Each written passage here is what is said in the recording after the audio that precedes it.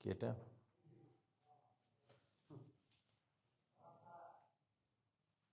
এই এটা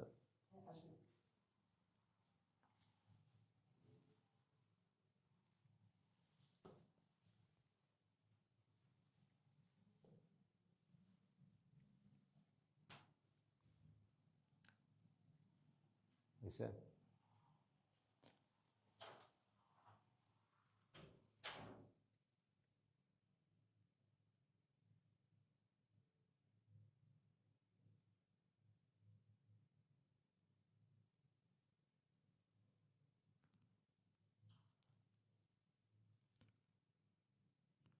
আসসালামু আলাইকুম প্রিয় শিক্ষার্থী ভাই ও বোনেরা, স্বাগত জানাচ্ছি আজকের গুচ্ছ বিশ্ববিদ্যালয়ের বাংলা সাজেশনমূলক ক্লাসে।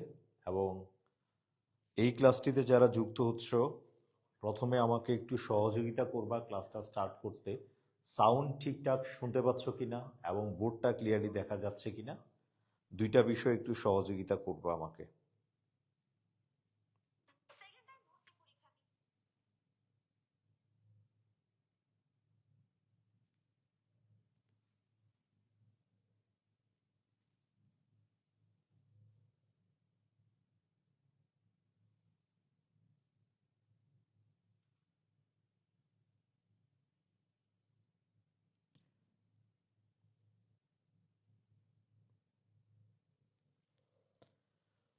গুচ্ছ বিশ্ববিদ্যালয়ে যারা পরীক্ষা দিবা, বিশেষ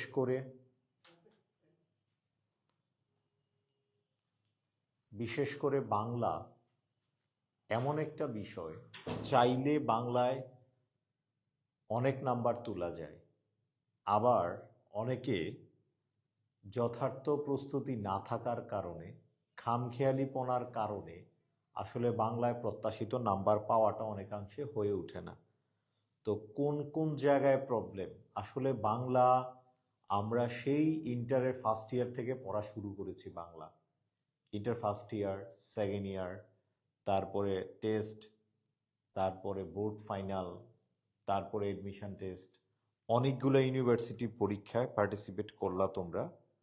করার পরেও আজকে তোমাদের স্বপ্নের শেষ দরজার সামনে তোমরা দাঁড়িয়ে। তো তোমরা যারা আমাকে দেখতে পাচ্ছ, অনেকে আমাকে চিনো বা জানো। তো আমি বরাবরের মতো যেটা বলতে চাই, আমি সরাসরি ক্লাসে চলে যাব। যাওয়ার আগে দুইটা প্রশ্ন। প্রথমত, স্লাইডে যতগুলা কোশ্চেন আছে, এই কোশ্চেনগুলোর মধ্যে প্রত্যেকটা কোশ্চেন তুমি পারো কিনা সেটা একটু দেখো। পারলে একটু কমেন্টস করে দিবা দিন শেষে তোমার কয়টা রাইট হইল বা কয়টা রং হইল। এটা একটা বিষয়। আরেকটা বিষয় থাকবে যে এই যে 25টা কোশ্চেন আজকের স্লাইডের মধ্যে দেয়া আছে, এই 25টা কোশ্চেনের মধ্যে কেউ না কেউ 20টা পারবা, কেউ না কেউ 18টা পারবা, কেউ না কেউ 24টা পারবা। বাট তুমি দেখে থাকবা যারা চান্স পায় তারা কতটা পায়। ঠিক আছে? শুরুতে আরেকটা কথা বলবো, এই প্রশ্নের উত্তর এটা হইল, এটা কেন হইল না, আর কি কি হইতে পারত, এই বিষয়গুলো নিয়ে আমি কথা বলবো।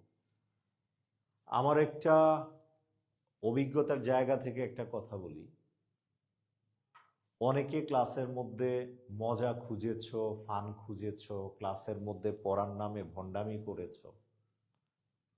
অবশ্যই করেছো, ফাঁকিবাজি করেছো, যেই কারণে তোমার প্রত্যাশিত ইউনিভার্সিটিতে তোমার চান্সটা হয়নি। এখন এসে বুঝতেছো যে পড়াশোনা করা লাগবে।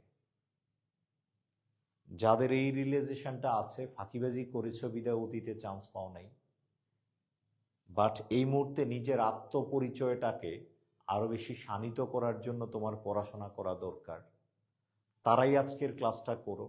এবং ক্লাসের প্রত্যেকটা অপশন আমি চাইবো চুলছেরা বিশ্লেষণ করতে।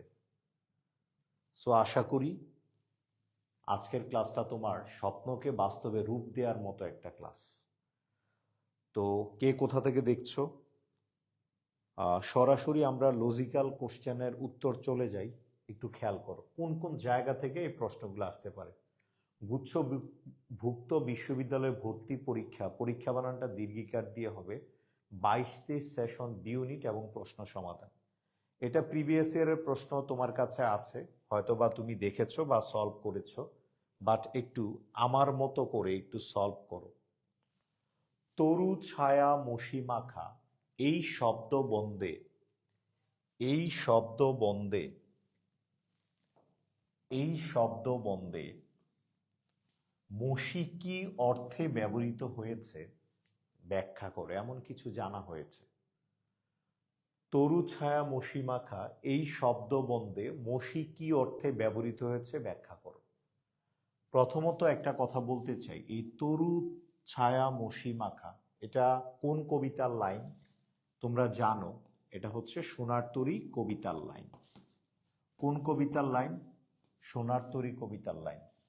এবং সোনার তরী এই কবিতাটা কোন ছন্দে রচিত, এটাও একটা প্রশ্ন আসতে পারে, কোন ছন্দে রচিত। এবং এই কবিতায় মোট লাইন কয়টা, এটা আসতে পারে। এটা এই কবিতা মোট লাইন কয়টা আসতে পারে। এবং এটা কোন কাব্যগ্রন্থ থেকে নেওয়া হয়েছে সেটাও পরীক্ষার জন্য আসতে পারে।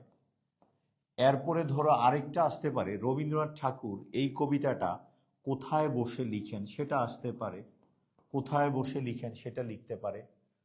অথবা রবীন্দ্রনাথ এই সোনার তরী কবিতাটা তার জীবনের, এই কবিতাটা লেখার মাধ্যমে উনি কি মেসেজটা দিতে চেয়েছেন, সোনার তরী কবিতাটার মাধ্যমে তিনি কি মেসেজটা দিতে চেয়েছেন। দেখেন, সোনার তরীটা হচ্ছে রবীন্দ্রনাথের জীবনের একটা গুরুত্বপূর্ণ একটা অধ্যায়।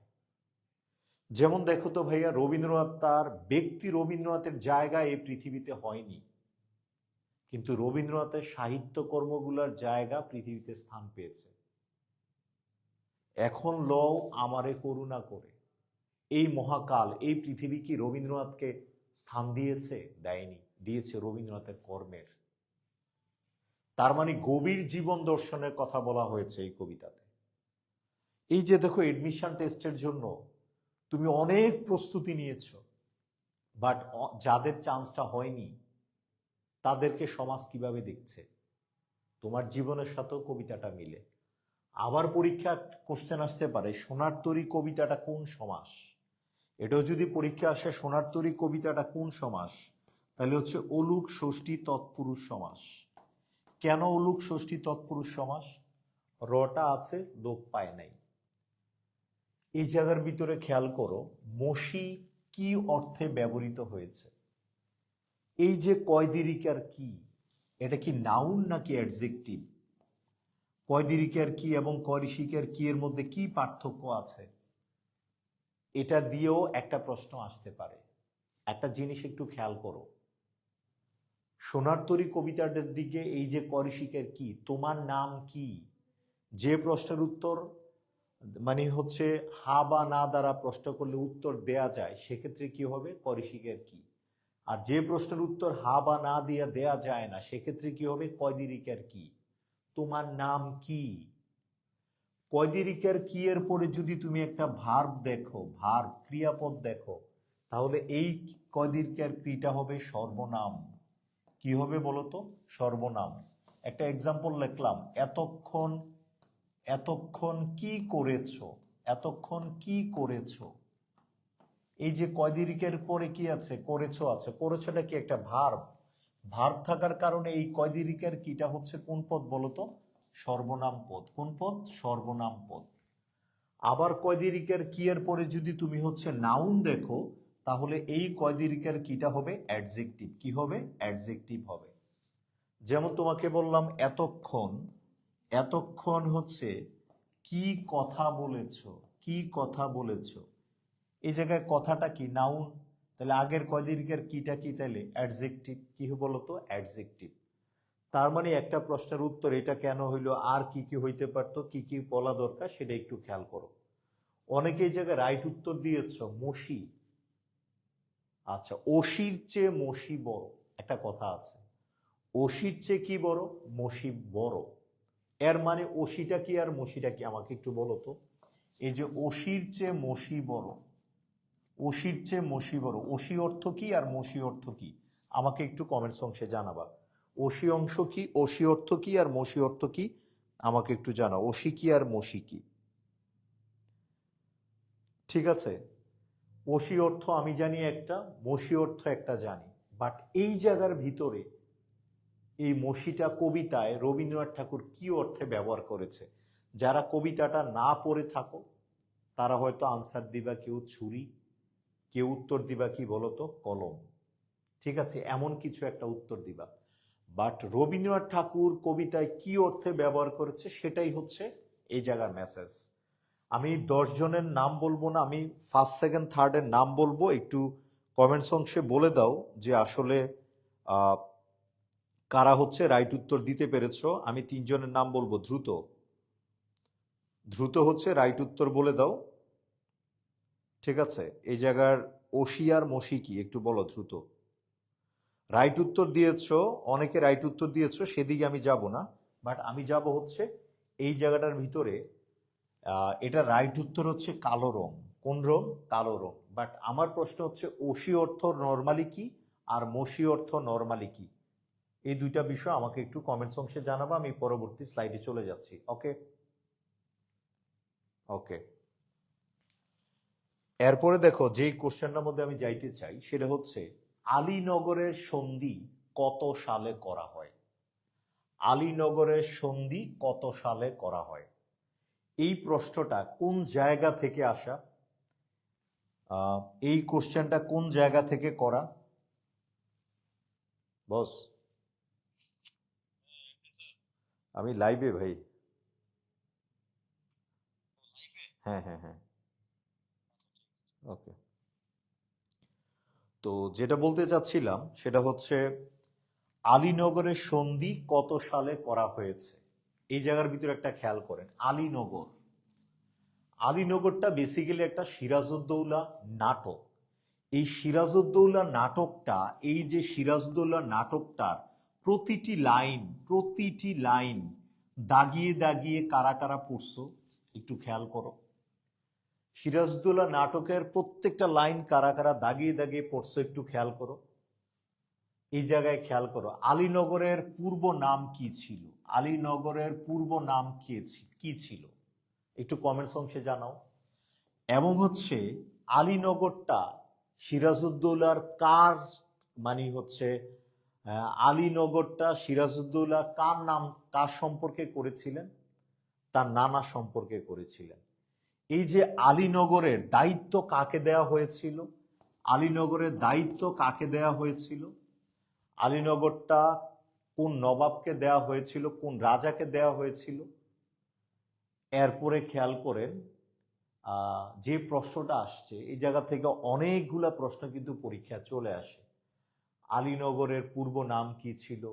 আলীনগরের নবাব সিরাজউদ্দৌলা আলীনগরটা কাকে পরিচালনা করার দায়িত্ব দিয়েছিলেন? এবং হচ্ছে ঘটনাটা কত সালে করা হয়েছে? কত সালে করা হয়েছে ডেফিনেটলি তোমরা একটু কমেন্টস করে দাও। ঠিক আছে, আসসালামু আলাইকুম স্যার বাচ্চারা। আচ্ছা ঠিক আছে। আচ্ছা, এবার তাইলে খেয়াল করো এই উত্তরটা কত হবে। 1757 সালের কথা বলা হয়েছে। আসলে কি এটা রাইট উত্তর 1757? তোমরা কি একমত একটু কমেন্টস করো তো কোনটা হবে রাইট উত্তর। তোমাদেরকে আরেকটা কথা বলি, যে কোনো ইংরেজি সালের সাথে যদি তোমরা 593 যোগ করো, যে কোনো ইংরেজি সাল থেকে যদি 593 বিয়োগ করো, সাবস্ট্রাকশন করো, তাহলে বাংলা সালটা পাবা। দেখো 1899 সালে কাজী নজরুল ইসলাম জন্মগ্রহণ করেন। এর থেকে 593 বিয়োগ দিলে কত পাবা? যেমন দেখো হচ্ছে 1306। কত পাবা? 1306। এইটা অনেকে জানো, এটা নিনজা টেকনিক, আবার অনেকেই জানো না। যে কোনো ইংরেজি সাল থেকে 593 যদি তুমি সাবস্ট্রাকশন করো বা বিয়োগ দাও তাহলে কোন সালটা পাবা? বাংলা সালটা পাবা। আবার বাংলা সালের সাথে যদি তুমি 593টা এডিশনাল করো তাহলে কোন সালটা পাবা? ইংরেজি সালটা পাবা। এই যার মধ্যে হচ্ছে 1757। 1757 সালের 23শে জুন পলাশির যুদ্ধ হয়েছিল, তোমরা জানো। এই পলাশির যুদ্ধে কার সৈন্য কত ছিল, কার অস্ত্রের সংখ্যা কি ছিল, এরকম রিলেটেড একটা প্রশ্ন হয়। সিরাজউদ্দৌলা নাটকটার মধ্যে সিকান্দার আবু জাফরের হচ্ছে লেখা, তোমরা নাটকটা জানো। এই নাটক থেকে আর কি কি প্রশ্ন আসতে পারে? এই নাটকে হচ্ছে 4টা অঙ্ক আছে, 12টা দৃশ্য আছে, 12টা দৃশ্য আছে। এরপরে দেখো হচ্ছে প্রধান ক্যারেক্টার গুলা কে কি। প্রধান ক্যারেক্টারগুলো সম্পর্কে অন্তত তোমাদেরকে জেনে যাইতে হবে। বিশেষ করে হচ্ছে একটা ইন্টারেস্টিং ক্যারেক্টার আছে, তোমরা একটু জানাও তো আমাকে কমেন্টস অংশে, যে সিরাজউদ্দৌলা নাটকে মানে হচ্ছে রহস্যময় চরিত্রটা কার? সিরাজউদ্দৌলা নাটকে রহস্যময় চরিত্রটা কার সেটা একটু জানাও তাইলে। ঠিক আছে, রহস্যময় চরিত্রটা কার একটু জানাও তাইলে। হ্যাঁ, ওকে। তার মানে হচ্ছে দুইটার মধ্যে দুইটারই অনেকের হচ্ছে রাইট উত্তর হয়েছে। এবার আমি চলে যাচ্ছি 3 নাম্বার কোশ্চেন মধ্যে। আমার পথ প্রবন্ধের আলোকে বিশ্বাস আর সত্যকে প্রকাশ করতে না জানলে কি তৈরি হয়? তোমাদেরকে দুইটা কোশ্চেন আমি হচ্ছে দিক নির্দেশনা দিয়ে রাখি। গুচ্ছ ভর্তি পরীক্ষায় কবি বা লেখক পরিচিতি থেকে পরীক্ষায় কোশ্চেন হয়েই থাকে প্রতি বছর। সেই ধারাবাহিকতায় তোমাদেরকে বলবো, কবি কাজী নজরুল ইসলাম এবং রবীন্দ্রনাথ মানে তোমরা যদি পরীক্ষার হলে না পড়ে যাও তাদের সম্পর্কে A to Z, তাহলে আমি বলবো তোমাদের মহাপাপ হবে। কবি কাজী নজরুল এবং রবীন্দ্রনাথের সাহিত্যকর্ম সৃষ্টি ভান্ডার তোমাদেরকে অবশ্যই পরীক্ষার হলে দেখে যাওয়া উচিত। যেমন আমার পথটা হচ্ছে কোন প্রবন্ধ থেকে নেওয়া হয়েছে, কত সালে নেওয়া হয়েছে, এরকম একটা রিলেটেড পরীক্ষা প্রশ্ন আসতে পারে। আবার একটা প্রশ্ন আসতে পারে, আমার পথটা কোন পুরুষে লেখা, মধ্যম পুরুষ না উত্তম পুরুষ না কোন পুরুষে লেখা আমার পথ। যেমন আমার পথটা কোন জায়গা থেকে নেওয়া হয়েছে একটু কমেন্টস করো তো, আমার পথটা কোন জায়গা থেকে নেওয়া হয়েছে একটু জানাও। যেমন আমার পথটা আমি লিখলাম হচ্ছে আবির আমার, যেমন আবির একটা ছেলের নাম, ধরো লিখলাম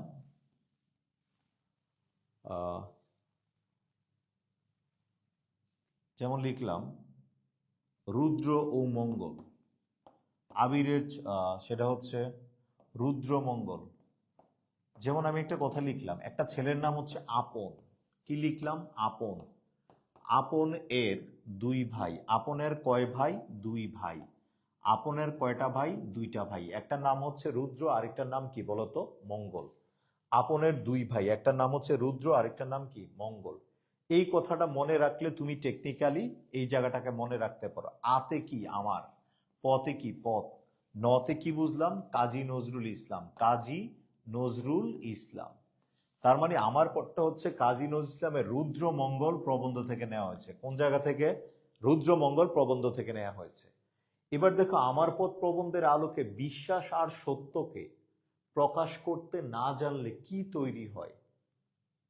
তুমি যেটাকে বিশ্বাস করো এবং তুমি যেটাকে সত্য বলে জানো, এটাকে যদি প্রকাশ করতে না পারো, প্রকাশ করতে না জানলে কি তৈরি হবে?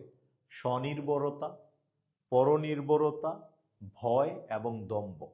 অপশনগুলাই কাছাকাছি। প্রকাশ করতে না পারলে তোমার কি হবে না? তোমার স্বনির্ভরতা হবে না। না জানলে তোমার কি তৈরি হয়? তোমার হচ্ছে সেলফ কনফিডেন্ট না, তুমি হচ্ছে কারো না কারোর উপর ডিপেন্ডেন্ট হয়ে যাও। কারো না কারো কি হয়ে যাবে? ডিপেন্ডেন্ট। তার মানে খেয়াল করো, এর জন্য এই যে আমার পথটা এবং হচ্ছে আমার পথের প্রত্যেকটা লাইন তুমি ব্যাখ্যা সহ পরীক্ষার হলে পড়ে যাবা। কেন ব্যাখ্যা সহ পড়ে যাবা আমি তোমাদেরকে বলতে চাই। ছোট ছোট বালুকণা বিন্দু বিন্দু জল গড়ে তোলে মহাদেশ সাগর তল। তুমি আমার পথটা পড়েছো, আমার পথের সকল শব্দার্থ পড়ছো, তুমি আমার পথ পড়ছো, প্রত্যেকটা লাইনের বিশ্লেষণ কবি লেখক যেটা বুঝাইতে চাইছে ওইটা কি লেখকের মতো করে বুঝছো কিনা? আমার পথ পড়ছো, আমার পথের কবি পরিচিতি A to Z পড়ছো কিনা? আমার পথ পড়ছো মানে পড়ার জন্য পড়া না, আমার পথ থেকে যে কোনো প্রশ্ন আসলে তুমি উত্তর দিতে পারবা কিনা সেটা একটু খেয়াল করো। Point to be noted. তার মানে অলরেডি 3টার মধ্যে অনেকেরই 3টা কোশ্চেনই রাইট হয়ে গিয়েছে। বিষয়গত দিক থেকে সিরাজউদ্দৌলা কোন ধরনের নাটক? ঠিক আছে, কোন ধরনের নাটক? সামাজিক নাটক, পৌরাণিক নাটক, ট্র্যাজেডি নাটক এবং ঐতিহাসিক নাটক। কোনটা হবে?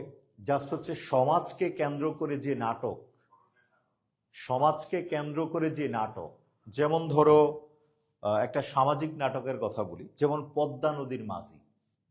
পদ্মা নদীর মাঝি, এরপরে ধরো হচ্ছে এটা একটা সামাজিক বলা যাবে। কেন সামাজিক বলা যাবে? একটা সমাজকে কেন্দ্র করে ঘটনা হয়েছে পদ্মা নদীর মাঝিটা। হয়তোবা ধরো হচ্ছে তোমার গ্রামে একটা সমস্যা হয়েছে, এই সমস্যাটা নিয়ে ধরো ছেলে মেয়ে বা হচ্ছে একজন লোক অনেকগুলা বিয়ে করছে, তার বউদের মধ্যে অনেক সমস্যা, তার মানে এটা হচ্ছে সামাজিক। আর ঐতিহাসিক নাটক মানে হচ্ছে ইতিহাসকে আশ্রয় করে যে নাটকটা। যেমন দেখো হচ্ছে এটা হচ্ছে ঐতিহাসিক নাটক কোনটাকে বলবো? যেমন ধরো হচ্ছে সম্রাট বাবর বা পানিপথের যুদ্ধ, রক্তাক্ত প্রান্তর, এগুলো হচ্ছে ঐতিহাসিক, ঐতিহাসিক বলা যায়। তারপরে ধরো হচ্ছে পৌরাণিক। পৌরাণিক কোনটা? হিন্দু ধর্মগ্রন্থ আছে, বেদ আছে, তারপরে হচ্ছে গিয়ে হিন্দু ধর্মগ্রন্থ হচ্ছে পুরাণ। পুরাণ ধর্মকে অবলম্বন করে যে নাটক তার নাম কি? পৌরাণিক। সেটা বলতে পারি ট্রাজেডি। সিরাজদৌল্লা নাটকের মধ্যে কি ট্রাজেডি আছে? ট্রাজেডি আছে, অবশ্যই আছে। এটাকে আবার আমরা বলতে পারি ঐতিহাসিকই, ঐতিহাসিকও বলতে পারি, ঐতিহাসিকও বলতে পারি। সিরাজদৌল্লা নাটকটা ইতিহাসকে আশ্রয় করে আজকে নাটকটা নির্মিত হচ্ছে সিরাজউদ্দৌলা। কিন্তু শুধুই কি ইতিহাস? এটার মধ্যে ট্রাজেডি নাই? এটাকে আমি ঐতিহাসিক দিতে পারি, কিন্তু ঐতিহাসিক যদি অপশনে ট্রাজেডি না থাকতো দেন আমি ঐতিহাসিক দিতাম। একেবারে স্পেসিফিকলি, একেবারে স্পেসিফিকলি মনে করে যে তোমাকে উত্তর করলে এটা ডেফিনেটলি তোমাকে করতে হচ্ছে ট্রাজেডি। ট্রাজেডির নাটকটা কেন হয়, কি জন্য হয়, সেটা তুমি বুঝতেছো। এরপরে ধরো হচ্ছে তুমি, আর পরবর্তী কোশ্চেনের মধ্যে আমি চলে যাচ্ছি। দেখো, বার্নের দিনগুলিতে লেখকের সঙ্গে সহ অনশনকারী লেখকের নাম কি? আমরা জানি হচ্ছে লেখকের সাথে জেলখানায় মহিউদ্দিন আহমেদ, যেটা হচ্ছে বার্নের দিনগুলি ছিল। এটা তোমাদের পরীক্ষায় না আসার সম্ভাবনাই হচ্ছে ব্যাপক। সো বিষয়টা মাথায় রাখবে, এটা তোমাদের অ্যাভয়েড করলে চলবে, এটা তোমাদের হচ্ছে না পড়লেও চলবে, ঠিক আছে? আচ্ছা, এবার তোমাদেরকে যেটা বলতে চাই, পরবর্তী কোশ্চেন, তার মানে হচ্ছে ছয়ের কোশ্চেনটা কি ছিল? ছয়ের কোশ্চেনটা হচ্ছে গ ছিল। কি ছিল? গ ছিল। অলরেডি হচ্ছে প্রিভিয়াস যে 5টা প্রশ্ন হচ্ছিল, 5টা প্রশ্নের মধ্যে 5টা প্রশ্ন রাইট হয়েছে কার কার একটু কমেন্টস অংশে জানাও। তোমরা অনেকেই ক্লাসে যুক্ত হয়েছো, যুক্ত হওয়ার পরে আবার অনেকে লিভ নিয়েছো। তোমাদের কাছে মনে হইতে পারে যে হ্যাঁ, এই ক্লাস করে লাভ কি, এটা তো পারি। বাট আমি শুধু এই প্রশ্নগুলোর ব্যাখ্যা দিচ্ছি না, এই রিলেটেড আর কি কি তথ্য দরকার প্রয়োজনীয় তোমার গুচ্ছের জন্য, সব কথাই কিন্তু আজকের ক্লাসের মধ্যে থাকবে। তবে আমি তোমাদেরকে যেটা বলতে চাই, তোমরা যদি এই ক্লাসটাতে যুক্ত থাকো, আমি যতক্ষণ থাকি, ঠিক আছে, ইনশাল্লাহ বাংলা অংশের একটা ভালো ধারণা আজকের ক্লাস থেকে পেয়ে যাবে। আগে আমার ক্লাসটাতে জয়েন করো, ক্লাসটাতে কন্টিনিউ করো, শেষ পর্যন্ত থাকো, দেন কিছু মেসেজ পাবা, এই মেসেজ অনুসারে বাংলা ক্লাসগুলা করতে থাকবা, বাংলা পড়াশোনাটা তুমি গুছিয়ে নিতে পারবা, ঠিক আছে? আচ্ছা, এরপরে যে কোশ্চেনটার মধ্যে আমি যাইতে চাচ্ছি সেটা একটু খেয়াল করো। কবি আবু জাফর ওবায়দুল্লাহর কাজ, কবি আবু জাফর ওবায়দুল্লাহর ভাষায়, যে কবিতা শুনতে জানে না,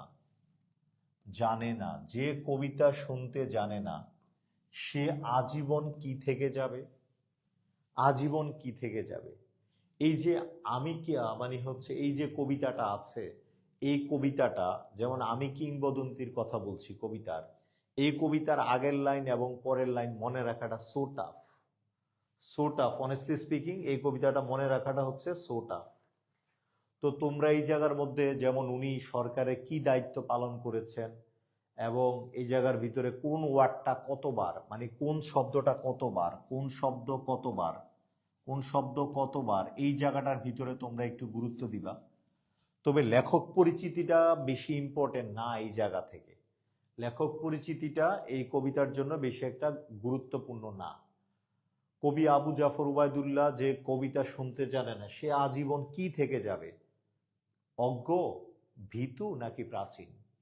কি থেকে যাবে? তোমরা একটু কমেন্টস অংশে জানাও কোনটা হবে। 7-এর উত্তরটা হচ্ছে বি থেকে যাচ্ছে। 7-এর উত্তরটা কি থেকে যাচ্ছে? বি থেকে যাচ্ছে। অনেকে এটা রাইট উত্তর দিয়েছো। ভাই, এরপরে কোশ্চেনটাতে চলে যাচ্ছে, একটু দেখো। সেটা হচ্ছে ফেব্রুয়ারি 1969 কবিতায় 21-এর কৃষ্ণচূড়া। আমাদের এ বি সি ডি 4টা অপশন আছে। দেখো ফেব্রুয়ারি 1969 এই কবিতার লাইন কয়টা একটু আমাকে বলো তো। এই কবিতার লাইন কয়টা একটু আমাকে বলো। কোন ছন্দে রচিত সেটা আমাকে একটু বলো। এই যে কবিতার যে লেখক কবির হচ্ছে কোন কাব্যগ্রন্থ থেকে নেওয়া হয়েছে, কোন কাব্যগ্রন্থ থেকে এই কবিতাটা নেওয়া হয়েছে সেটা আমাকে একটু বলো।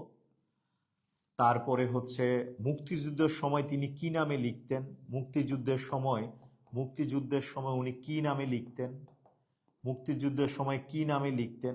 এই যে কথাগুলো আছে, এই বিষয়গুলো তোমাকে একটু জানতে হবে। এই জায়গাটার মধ্যে কয়টা থিম কাজ করেছে, এই কবিতাটার মধ্যে কয়টা থিম কাজ করেছে, কয়টা থিম আছে এই কবিতাটার, কয়টা থিম আছে আমাকে একটু বলতে পারবা।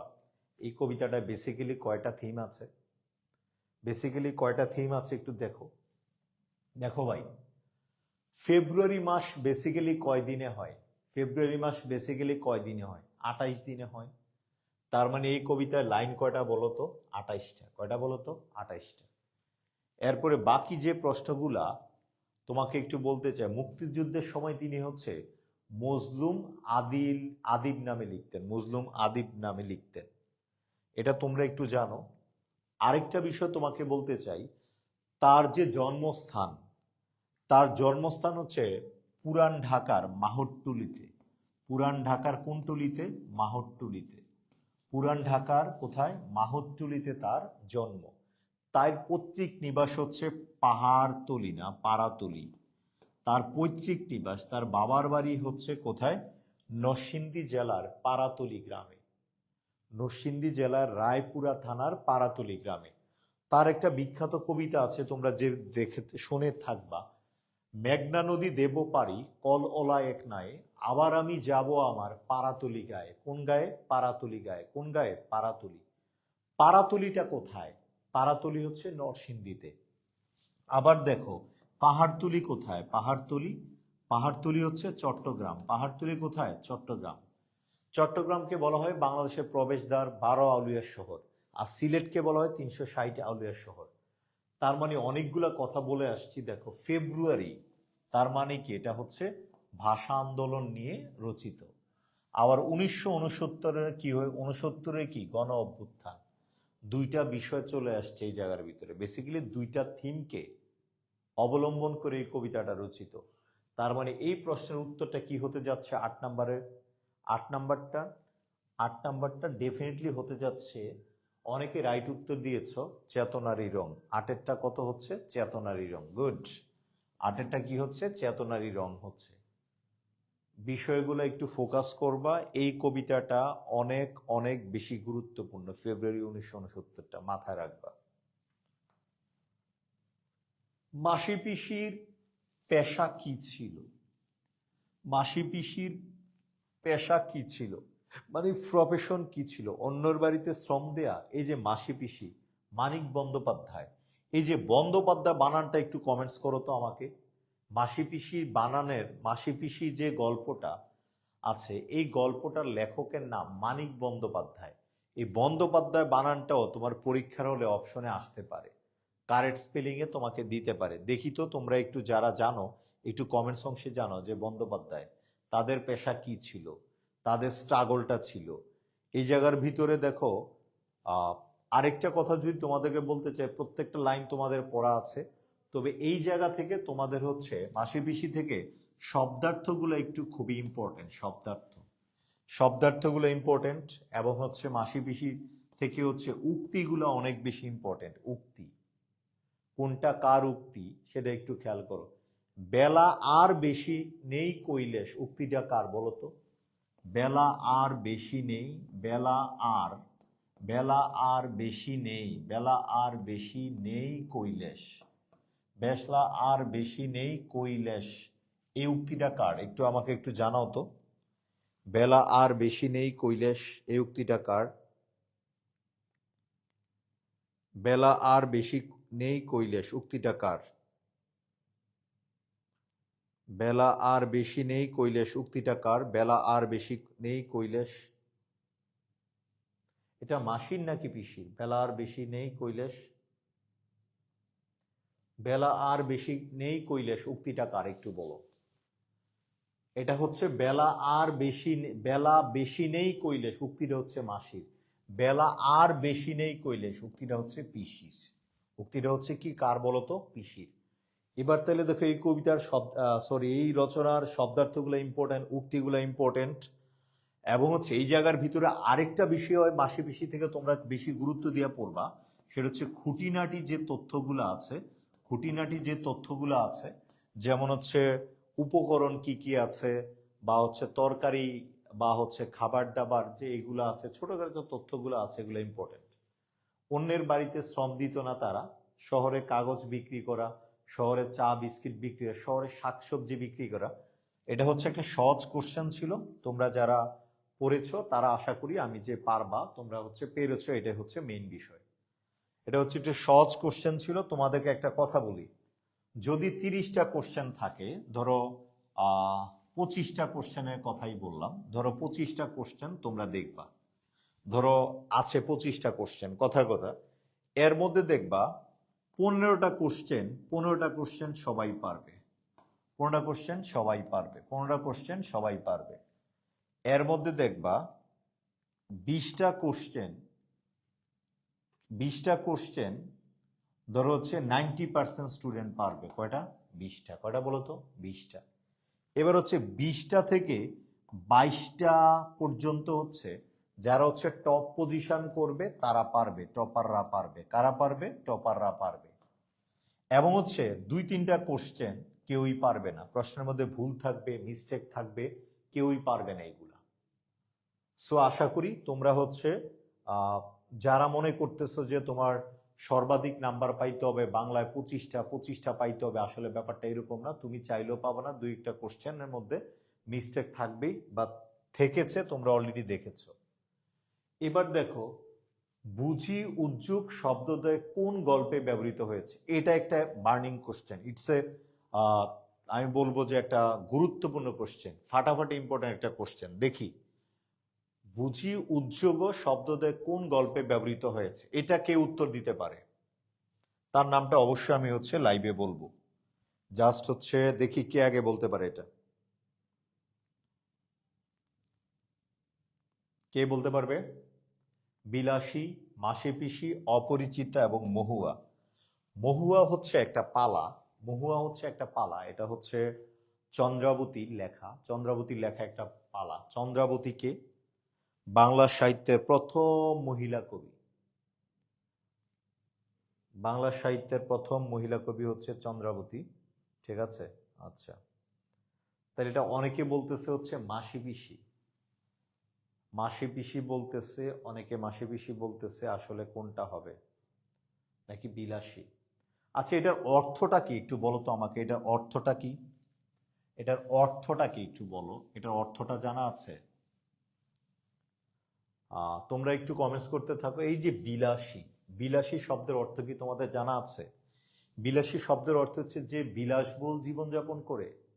অনেকে বলে থাকবে হ্যাঁ ভাইয়া, যে অনেকে বিলাসবহুল জীবনযাপন করে। তাইলে এবার প্রশ্ন হচ্ছে, এই গল্প কি আমরা, বিলাসী গল্পে কি কাউকে আমরা দেখেছি বিলাসী জীবনযাপন করতে? দেখি নাই। তাহলে হচ্ছে শরৎচন্দ্র চট্টোপাধ্যায় এই গল্পের নাম কেন বিলাসী দিয়েছেন? আসলে বিলাসী শব্দের অর্থ হচ্ছে যে নারী তার স্বামীকে নিজের প্রাণ অপেক্ষা অধিকতর ভালোবাসেন, যে নারী তার স্বামীকে নিজের প্রাণ অপেক্ষা অধিকতর ভালোবাসেন, তাকে কি বলা হবে? বিলাসী। তার মানে হচ্ছে এই গল্পটা কোন জায়গা থেকে, এই শব্দার্থটা কোন জায়গা থেকে নেওয়া হয়েছে, এটা হচ্ছে আমার কোশ্চেন। মহুয়া তো না, তোমাদের আউট অফ সিলেবাস। প্রশ্ন বাদ দিতে পারাটাও একটা ক্রেডিট। অপরিচিতার মধ্যে এমন কিছু নাই, এই দুইটার একটার মধ্যে হতে পারে। এই দুইটার মধ্যে কোনটা হবে একটু খেয়াল করো, এই দুইটার মধ্যে কোনটা হবে একটু বলো। অনেকে বলতেছে ভাইয়া মনে নাই, অনেকে বলতেছে বিলাসী, ঠিক আছে, অনেকে বিলাসী, ঠিক আছে। আজকের ক্লাসের মধ্যে আমি ক্লাসের শেষ পর্যায়ে যেটা কাজ করব, যে আসলে তোমাদের এই মুহূর্তে not only Bangla but also whole of the subject কিভাবে পড়া উচিত। সব জায়গায় দেখবা যে ক্লাস হয়, মোটিভেশন স্পিচ দেয়, পইরা ফাড়াই ফেলো, এত ঘন্টা পড়লে চান্স পাবে। আরে পড়লে যদি চান্স পাইতো, সবাই চান্স পায় নাই কেন বলো? এখন কি তোমাদের পড়তে ভাল লাগতেছে? ভাল লাগতেছে না। একই পড়া কয়বার পড়বা?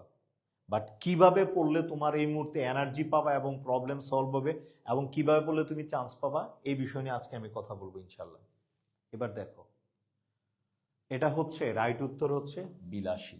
রাইট উত্তর হচ্ছে কি বলতো? বিলাসী। রাইট উত্তর হচ্ছে কি? বিলাসী। এবার দেখো, চলে যাচ্ছি আমি। He is a dead of horse. He is a dead horse কার সম্পর্কে উক্তিটি করা হয়েছে? রায় দুর্লভ, মীর মর্দান, মোহনলাল, সিরাজউদ্দৌলা। কোনটা? ডেড হর্স মানে হচ্ছে মৃত ঘোড়া। কার সম্পর্কে উক্তিটা করা হয়েছে? রায় দুর্লভ সম্পর্কে, মীর মর্দান, মোহনলাল, সিরাজউদ্দৌলা। কোনটা হবে? কোনটা হবে একটু দ্রুত বলো, কোনটা হবে? মৃত ঘোড়াকে 11 নম্বরটা দ্রুত বলো।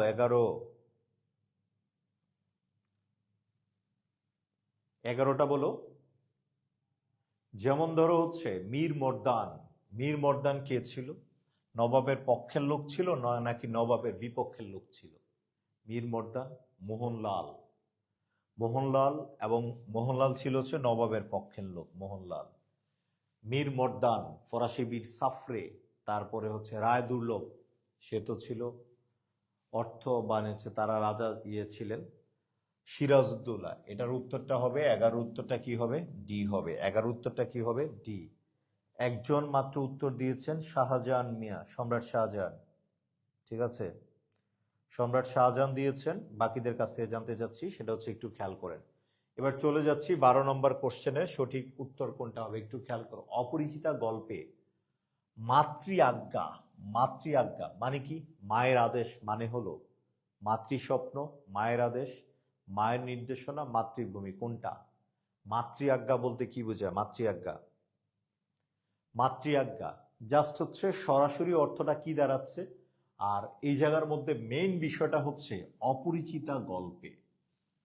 প্রশ্নটা বুঝতে হবে, প্রশ্ন না বুঝলে তুমি হচ্ছে উত্তর দিতে পারবা না। অপরিচিতা গল্পে মাতৃ আজ্ঞা মানে কি? অপরিচিতা গল্পে মাতৃ আজ্ঞা মানে কি? মায়ের স্বপ্ন, মায়ের আদেশ, মায়ের নির্দেশনা নাকি মাতৃভূমি? তোমাদেরকে একটা কথা বলি, প্রশ্ন বুঝা মানে 50% মার্কস। আগে প্রশ্নটা বুঝো, দেন হচ্ছে উত্তরটা করো। এই জায়গাটার মধ্যে রাইট উত্তরটা হবে অনেকে, অনেকে, অনেকে, নট অনলি, সেটা হচ্ছে অনেকেই। যেমন সাব্বির, শাবনাজ আক্তার, নাফিজা, তারপরে হচ্ছে আফিয়া জান্নাত, তারপর হচ্ছে মমিন খান, শাহজাহান মিয়া, তারপরে হচ্ছে অনেকেই রাইট উত্তর দিয়েছো। এটা রাইট উত্তর হচ্ছে ডি। এমনি মাতৃ আজ্ঞা মানে হচ্ছে মায়ের আদেশ, বাট অপরিচিতা গল্পে বলা হয়েছে কি? অপরিচিতা গল্পের নাম মেনশন করার কারণে এটার উত্তরটা হয়ে গেছে মাতৃভূমি। কি হয়ে গেছে?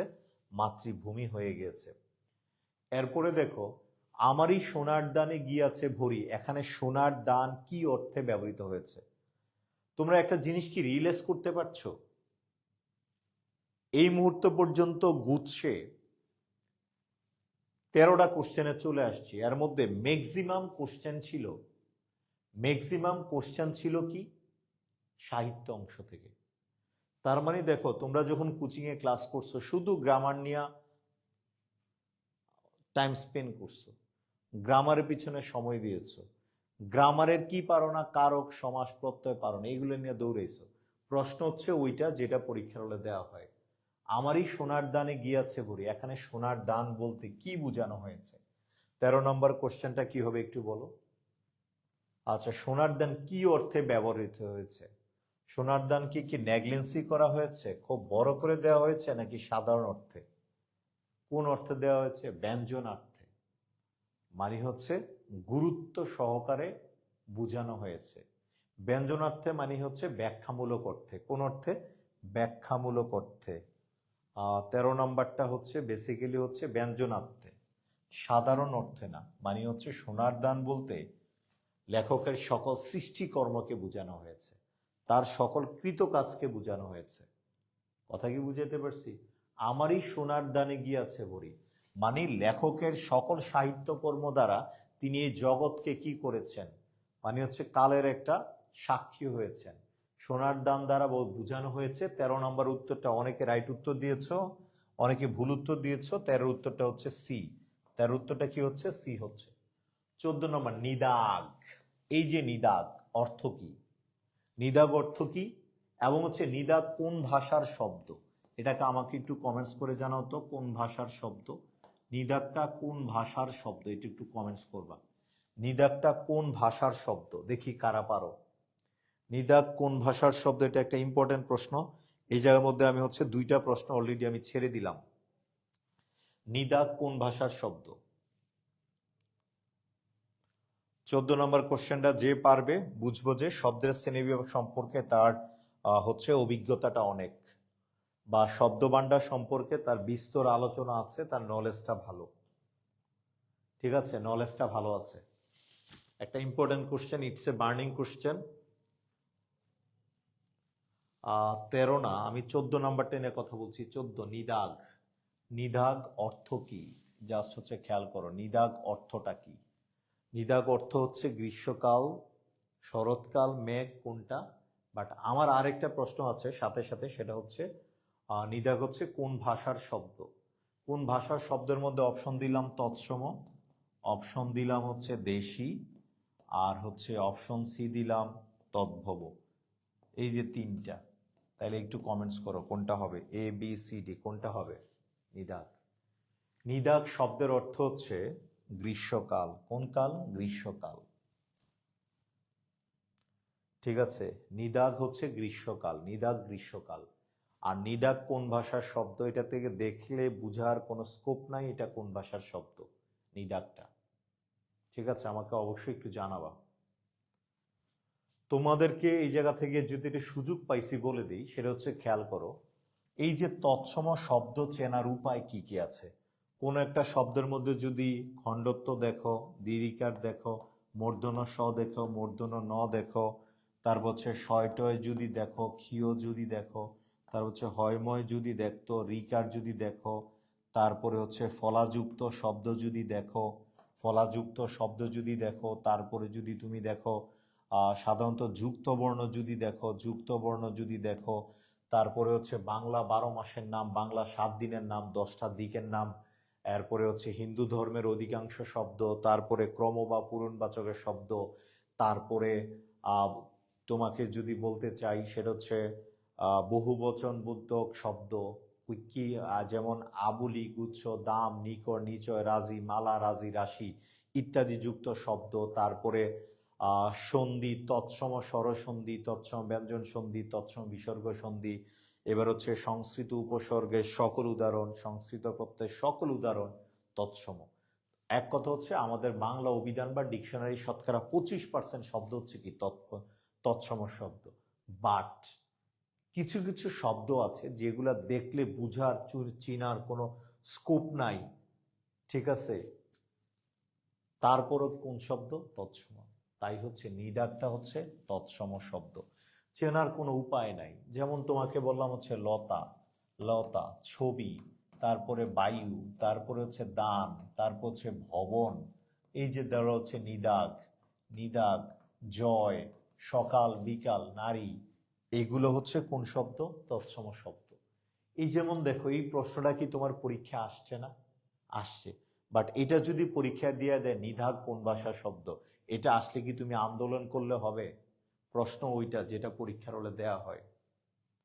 আমি তোমাদেরকে একটা রিকোয়েস্ট করি, আমার কষ্ট লাগে ভাই, আমার কষ্ট লাগে এই বিষয়টা ভেবে যে তোমরা অন্তত এই লাইফে আইসা তো উপলব্ধি করতে পারছো, যদি ঢাকা বিশ্ববিদ্যালয়ের সময়, জাহাঙ্গীরের সময় সিরিয়াসলি পড়তা, মজা না খুঁজতা, সিরিয়াসলি পড়তা, আরেকটু সিরিয়াস হইতা, যারা চান্স পাইছে তারা যতটা সিরিয়াসলি পড়ছে, তুমি যদি আরেকটু সিরিয়াস হইতা, তাহলে হয়তো বা আজকের দিনে তোমাকে পড়ার টেবিলে বা আমার এই ক্লাসটা করা লাগতো না তোমার।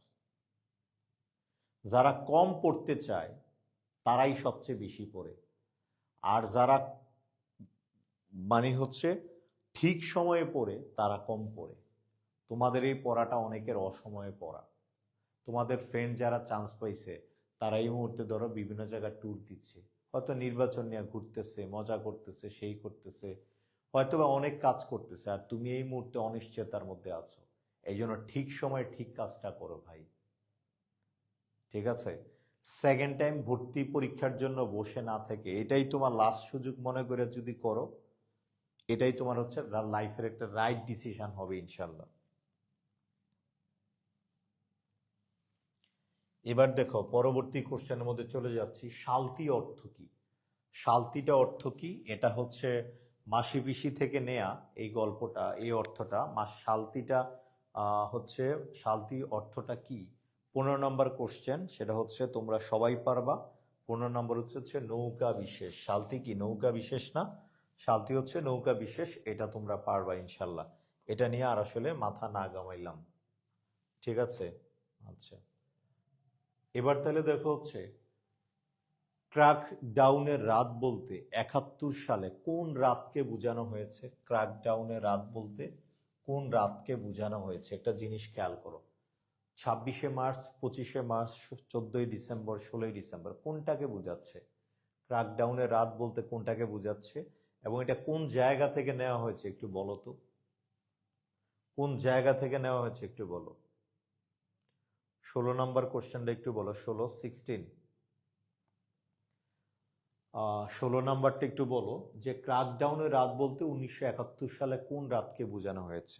ভাই 1971 সালে 25শে মার্চ কালো রাত,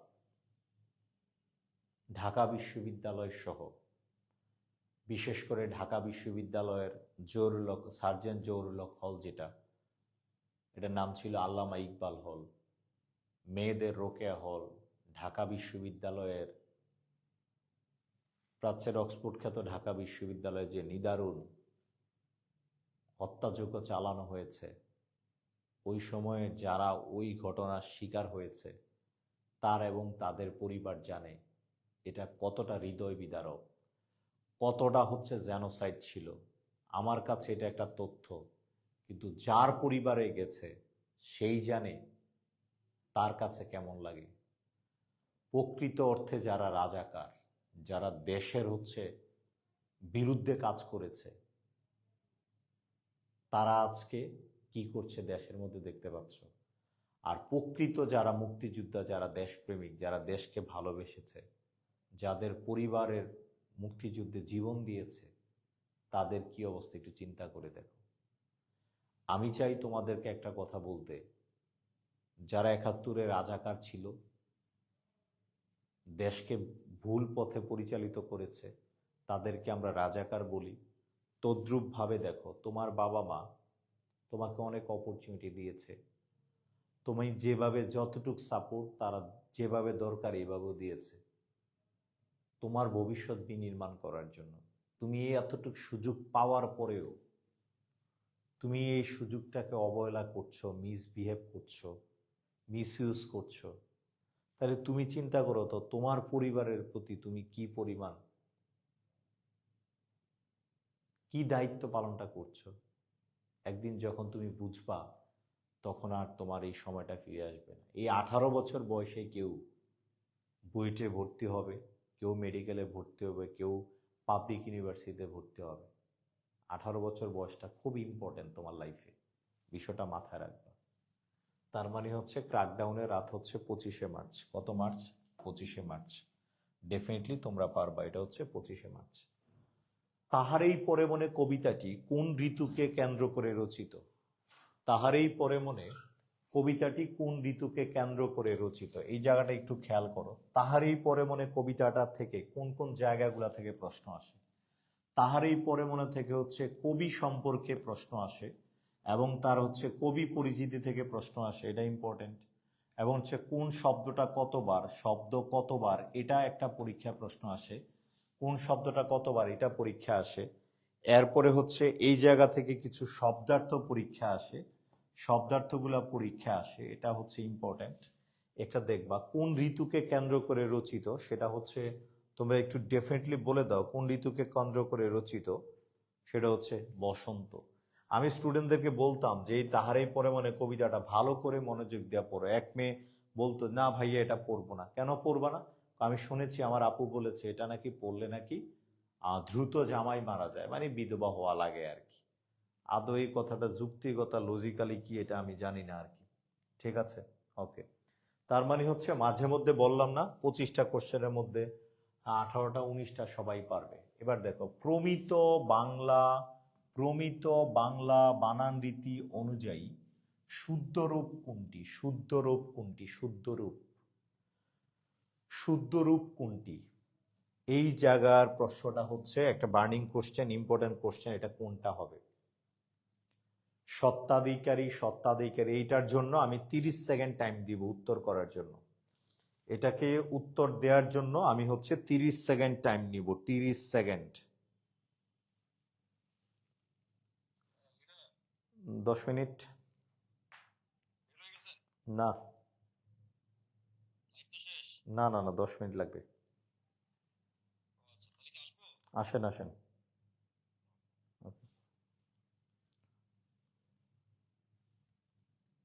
ঠিক আছে, তার মানে তোমরা দেখো হচ্ছে কোনটা হবে। এই জায়গাটা কোশ্চেনটা হচ্ছে স মানে কি? নিজ। স মানে কি? নিজ। এতটুক বললাম। স মানে কি বলতো? নিজ। ঠিক আছে, সত্ত্বাধিকারী।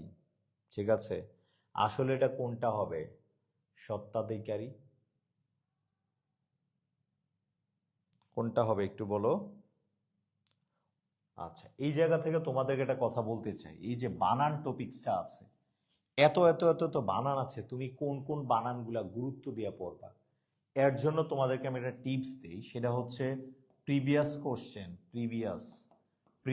কোশ্চেনের যে প্রিভিয়াস মানে হচ্ছে ভার্সিটিতে আসা সকল প্রিভিয়াস কোশ্চেন না, সেটা হচ্ছে বিসিএস এবং পিএস। এক কথায় হচ্ছে বিগত বছরের সকল বানানগুলা তুমি একটু দেখে যাবা। এবং আমরা তো আসলে বেসিক্যালি মূল ক্লাসে বলেই দিব কোনগুলো ইম্পর্টেন্ট। এক কথায় হচ্ছে বিভিন্ন ইউনিভার্সিটিতে আসা বানানগুলা দেখবা।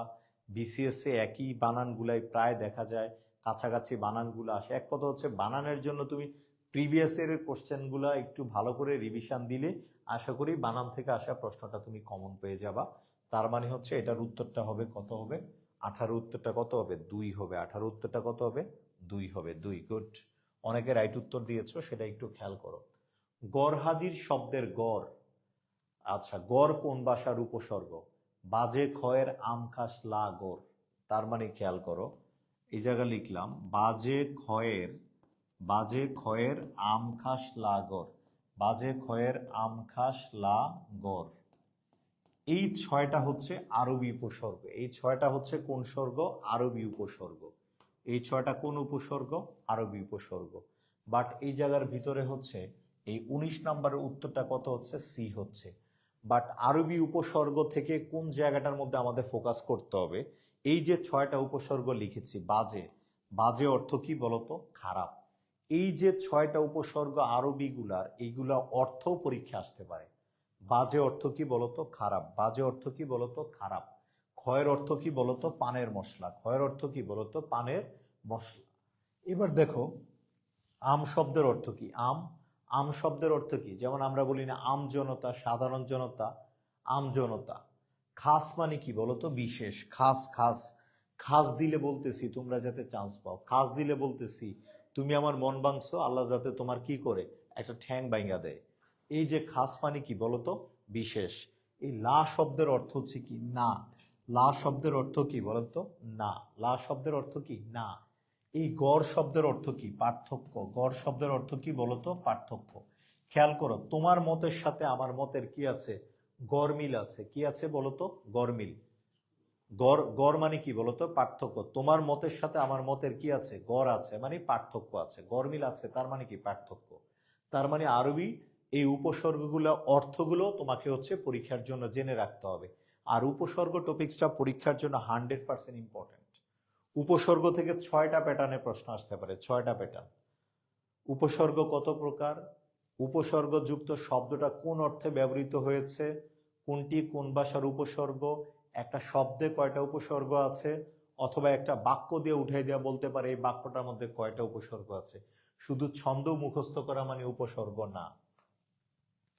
এবার দেখো, সহসা কোন শব্দের বিকল্প হিসাবে ব্যবহার করা যায়? সহসা কোন শব্দের বিকল্প হিসাবে ব্যবহার করা যায়? সহসাটা কোন স্বর, যেমন কোন স্বর, কোন শব্দের বিকল্প মানে অল্টারনেটিভ। সহসা মানে কি? সত্বর, অতি সত্বর মানে তাড়াতাড়ি। এই দুইটার সাথে এই দুইটা ইউজ করা যায়। বা শীঘ্র, এটা ব্যবহার করে সহসা। সহসা তোমার সাথে আমার দেখা হয়।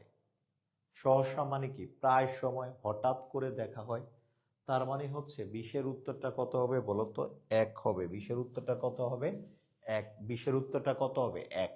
আশা করি উত্তরটা তোমরা দিতে পেরেছো। ঠিক আছে, এবার দেখো 21 নম্বর কোশ্চেন। মসজিদের আধ্যাত্মিক শক্তির ব্যাপারে অবিশ্বাস পোষণকারী চরিত্রের নাম কি? তার মানে মসজিদের যে ভণ্ড, মসজিদের যে আধ্যাত্মিক পাওয়ার আছে, আলাউদ্দিনের দৈত্যের মতো মানে হচ্ছে এক্সট্রাঅর্ডিনারি এক্সক্লুসিভ পাওয়ার আছে, এই সম্পর্কে অবিশ্বাস পোষণকারী চরিত্রের নাম কি? মানে এই মানে তার পাওয়ার সম্পর্কে মানে হচ্ছে তার পাওয়ারটাকে বিশ্বাস করে না কে? তাহের, তাহের বা কাদেরের পিতা রহিমা নাকি খালেক ব্যাপারী? কে কে একটু বলো তো ভাই। 21 নাম্বারটা কি হবে? 21 তাহের কাদেরের পিতা নাকি কে হবে একটু বলো। অবিশ্বাস পোষণকারী চরিত্র, এটা তোমাদের উপর ছেড়ে দিলাম, কি হবে 21টা? তাহের কাদেরের পিতা, অবিশ্বাস পোষণকারী চরিত্রের নাম তাহের কাদেরের পিতা। তাহের কাদেরের পিতা, আসলে রাইট উত্তর হচ্ছে তাহের কাদেরের পিতা, 21-এরটা। এবার 22 নম্বর কোশ্চেন যাও। নিপাতনে সিদ্ধ, নিপাতনে সিদ্ধ নিয়মটি কোন জাতীয় শব্দের বানানের জন্য প্রযোজ্য? নিপাতনে সিদ্ধ কোন জাতীয় শব্দের বানানে কি বলতো প্রযোজ্য? নিপাতনে সিদ্ধ আসলে এগুলো হচ্ছে তৎসম শব্দের, তৎসম শব্দের ক্ষেত্রে যেগুলো প্রযোজ্য, এটাই হচ্ছে নিপাতনে সিদ্ধ। 22। 22-এর উত্তরটা কত হবে? 3 হবে। 22-এর উত্তরটা কত হবে? 3 হবে। 22-এর উত্তর 3। 22-এর উত্তরটা কত হবে? 3 হবে। 3। এবার দেখো হচ্ছে 23 নাম্বার কোশ্চেনটার মধ্যে একটু নিয়ে যেতে চাই। 23, ইজারা ইংরেজি কোন শব্দের বাংলা পরিভাষা? ইজারা কোন? ইজারাটা একটু বলবা। লিজ, এগ্রিমেন্ট, প্যাক্ট, এরপর হচ্ছে কন্ট্রাক্ট, কোনটার সাথে এটা যায়? কোনটার সাথে এটা যায়? কোনটার সাথে একটু যায় ইজারাটা? 23।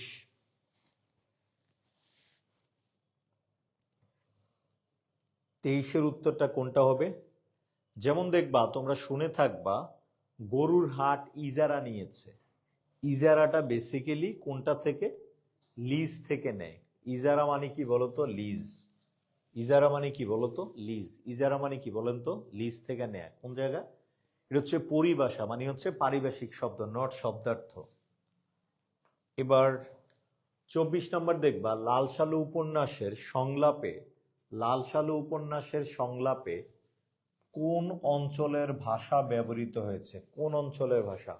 চট্টগ্রাম, কুমিল্লা, নোয়াখালী, বরিশাল। চট্টগ্রাম, কুমিল্লা, বরিশাল, নোয়াখালী। কোনটা? নোয়াখাইল্লা পোলা, বরিশাল্লা, নোয়াখাইল্লা, নোয়াখালা। আব্দুল মজিদ। এটা হচ্ছে 24। 24-এরটা অনেকে রাইট উত্তর হয়েছে। এবার 25 নাম্বার দেখো, সুকান্ত ভট্টাচার্য কোন পত্রিকায় কিশোর সভা অংশের সম্পাদক ছিলেন? সুকান্ত ভট্টাচার্য, ঠিক আছে, কোনটা ছিল এটা সম্পর্কে একটু বলো।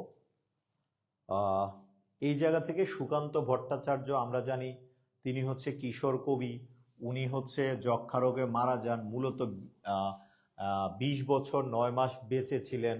তার একটা উপাধি আছে, তার উপাধির নাম হচ্ছে শ্রী সুচার্য। শ্রী সুচার্য, এটা হচ্ছে তার কি ছদ্মনাম। তার ছদ্মনাম হচ্ছে শ্রী সুচার্য। তার ছদ্মনাম হচ্ছে শ্রী সুচার্য। তারপরে হচ্ছে তার বাংলাদেশে তার যে জেলার সাথে সম্পৃক্ততা আছে, তার পৈতৃক নিবাস বাংলাদেশের গোপালগঞ্জ জেলায়। অনেক অনেক অনেক তথ্য হচ্ছে তার সম্পর্কে তোমরা হচ্ছে জেনে থাকবা। এবার তার মানে হচ্ছে 21-এর উত্তরটা কত হবে? ডেফিনেটলি হচ্ছে তোমরা জানো, এবং এই 25টা প্রশ্নের ভিতরে বা হচ্ছে তোমরা কার কয়টা হয়েছে তোমরা একটু পরে হিসাব করো, বাট 25-এর রাইট উত্তর হচ্ছে এটা, ক হচ্ছে ক ক। এই মুহূর্তে আমি একটা গুরুত্বপূর্ণ বিষয় নিয়ে তোমাদের সাথে 2 মিনিট আলোচনা করব। যেমন ধরো বাংলা, যেই টপিক্সটা ধরো বাংলা ইংরেজি জিকে একটা টপিক্স, ধরো তুমি বাংলা অংশের যে সিলেবাসটা আছে এটা তুমি অতীতের সকল ভার্সিটির পরীক্ষার জন্য তুমি পড়েছো, বাট এই মুহূর্তে পড়তে ভাল লাগতেছে না। এই মুহূর্তে তুমি কিভাবে পড়বা? জাস্ট এটার একটা সিম্পল আমি তোমাদেরকে একটা কনসেপ্ট দেই, দেখো আমার এই কনসেপ্টটা ভাল লাগে কিনা। ধরো সমাসের 100 এমসিকিউ আছে, এই 100টা এমসিকিউ তুমি অনেকবার পড়েছো, বাট এই মুহূর্তে এই 100টা এমসিকিউ তোমার পড়তে তোমার একেবারে ভাল লাগতেছে না, আর কত পড়বো। এখন তোমার কাজ হচ্ছে এই 100টা এমসিকিউ তুমি কিভাবে পড়বা। এর জন্য তোমার করার জন্য কাজ হচ্ছে, তুমি ধরো তুমি একটা সবুজ একটা কলম নাও, সবুজ, তারপরে নীল একটা কলম নাও, হলুদ একটা কলম নাও, কলম নাও, 3টা কলম নিলা। ধরো 100টা এমসিকিউর মধ্যে তুমি 100% পারো, 100% পারো যে টপিকসগুলো আছে, 100% পারো, 100% যেগুলা তুমি পারো না, যেগুলা পারো না এবং হচ্ছে কিছু হচ্ছে মোটামুটি পারো, এই অপশনগুলো তুমি সিলেক্ট করবা। এবং হচ্ছে আরেকটা টপিকস আছে হচ্ছে কনফিউশন আছে, এইভাবে তুমি হচ্ছে ভাগ করবা। ধরো 100টা এমসিকিউর মধ্যে তুমি দেখলা সাথে একটা কি নিলা, সবুজ কালার পেন নিলা, সবুজ কালার পেন। সবুজ কালার পেনের মধ্যে ধরো তুমি 1 number, 2 number, 7 number, 9 number, 8 number, 11 number, 12 number, ধরো তুমি 60টা এমসিকিউ পারো। কয়টা? 60টা এমসিকিউ পারো। এই 60টা এমসিকিউর পাশে একটা ডট দিয়া যাও, যে ডট, তার মানে এই 60টা এমসিকিউ তুমি কি করো? পারো। 60টা এমসিকিউ কি পারো। তার মানে এবার তোমার ইন ফিউচারে যত পরীক্ষা থাকুক না কেন, এই 60টা এমসিকিউ আর তোমার পড়ার দরকার নাই, কারণ এই 60টা এমসিকিউ তুমি পারো। এখন তোমার নজর ফোকাস থাকবে কয়টায়? বাকি 40টার ভিতরে। বাকি 40টার মধ্যে দেখলা তুমি মোটামুটি পারো কয়টা? 10টা। কয়টা বলো তো? 10টা। কয়টা পারো? মোটামুটি পারো কয়টা? 10টা। এই মোটামুটি পারার পাশে ধরো হচ্ছে যেই 60টা তুমি পারো এমসিকিউ, এটার পাশে তুমি সবুজ কালার পেন দিয়ে একটা ডট দিয়ে রাখলা, সবুজ। আর যেগুলো হচ্ছে তুমি মোটামুটি পারো, এই 10টার পাশে একটা হলুদ কালার কলম দিয়ে একটা ডট দিয়ে রাখো, যা বা পাশে একটু অপশনের পাশে একটু এম লিখে রাখো। এম কি লিখে রাখলে? এম, মানে এটা তুমি মোটামুটি পারো। এবার ধরো আর আছে এমসিকিউ কয়টা? 30টা। কয়টা বলো তো? 30টা। এই 30টার মধ্যে ধরো কথার কথা আর 10টা কোশ্চেন তোমার কাছে কনফিউজিং আছে। নীল কালার কলম দিয়ে এটার ভিতরে সি লেখা রাখলা, কনফিউশন। কি লেখা রাখলা? কনফিউশন। তার মানে হচ্ছে তোমার 80টা কোশ্চেন তুমি কি করো, মানে হচ্ছে এই অবস্থা। তাহলে বাকি পারতেছো না কয়টা? 20টা। এই বাকি 20টার মধ্যে কোনো কলম দিয়া চিহ্নিত করার দরকার নেই। কেন কোনো প্রকার কলম দিয়ে চিহ্নিত করার দরকার নেই? এখন তোমার কাজ হচ্ছে, প্রথম কাজ হচ্ছে তোমার হচ্ছে ফার্স্ট স্টেপ হচ্ছে তোমার 100% যেগুলা পারা এগুলা কমপ্লিট করা, এগুলো তোমার আর রিভিশন দেওয়ার দরকার নেই, তুমি পারো। দ্বিতীয় কাজ হচ্ছে তোমার, সেকেন্ড স্টেপ হচ্ছে তোমার যেগুলা মোটামুটি পারা এগুলা ক্লিয়ার করা।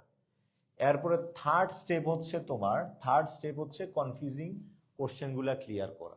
কনফিউজিং কোশ্চেন ক্লিয়ার করছো, একটা টপিক্সের মধ্যে যখন তুমি 80টা কোশ্চেন পারবা, যে 100% যে 20টা কোশ্চেন তুমি পারো না, দেখবা যে বাকি 20টার ভিতরে দেখো হচ্ছে 10-15টা তোমার এমনিতে হয়ে গেছে। এভাবে যদি তুমি এই সময়টাকে প্রপারলি কাজে লাগাও প্রত্যেকটা সাবজেক্টে, বাংলা, ইংরেজি, সাধারণ জ্ঞান, অর্থাৎ হচ্ছে তোমার গ্রুপের সাবজেক্টগুলো আছে, তাইলে তুমি অল্প সময়ে অধিক রিভিশন দিতে পারবা এবং তুমি তোমার প্রবলেম নিয়ে কাজ করো। যেই কোশ্চেনগুলা তুমি পারো এগুলার পিছনে টাইম এই মুহূর্তে কম ওয়েস্ট করো, যেগুলা পারো না এগুলার ভিতরে একটু নজর দাও। এবং বাকি কথাগুলো আমাদের যে মূল ক্লাস আছে এই ক্লাসে অবশ্যই আমরা শেয়ার করব। তো তোমরা অবশ্যই আমার কথাগুলা অনুসারে কাজগুলা করো। যাওয়ার বেলা এটাই বলো, শর্টকাট ফাঁকিবাজি করে তোমার কয়টা ফ্রেন্ড চান্স পাইছে আমাকে একটু জানাও কমেন্ট সেকশনে। শর্টকাট পড়ে ফাঁকিবাজি করে কেউ চান্স পায় নাই। বাট যারা সিরিয়াসলি পড়ছে তারা প্রথম সারির ইউনিভার্সিটিতে প্রথম সারির সাবজেক্টে পড়তেছে। বাট তোমার শেষ সুযোগটা কাজে লাগাইতে চাইলে শর্টকাট ফাঁকিবাজি বাদ দিয়া পড়ো, পড়ো এবং পড়ো। আল্লাহ হাফেজ।